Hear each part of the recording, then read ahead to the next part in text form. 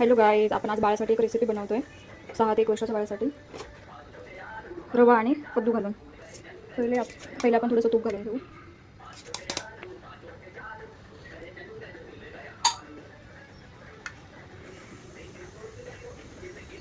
त्याच्यानंतर याच्यामध्ये आपण रवा घालून घेऊया.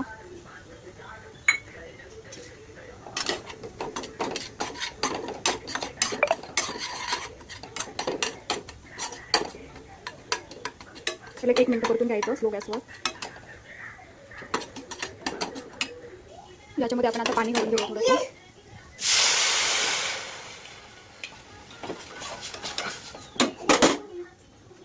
आणि जो आपण किसून घेतलेला आहे कद्दू तो घालूया. भोपळा किंवा काशीफळ,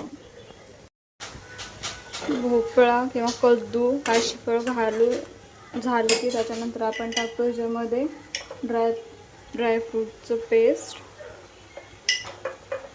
काजू बदाम आहे ह्याच्यामध्ये थोडीशी, त्याच्यानंतर थोडंसं साखर.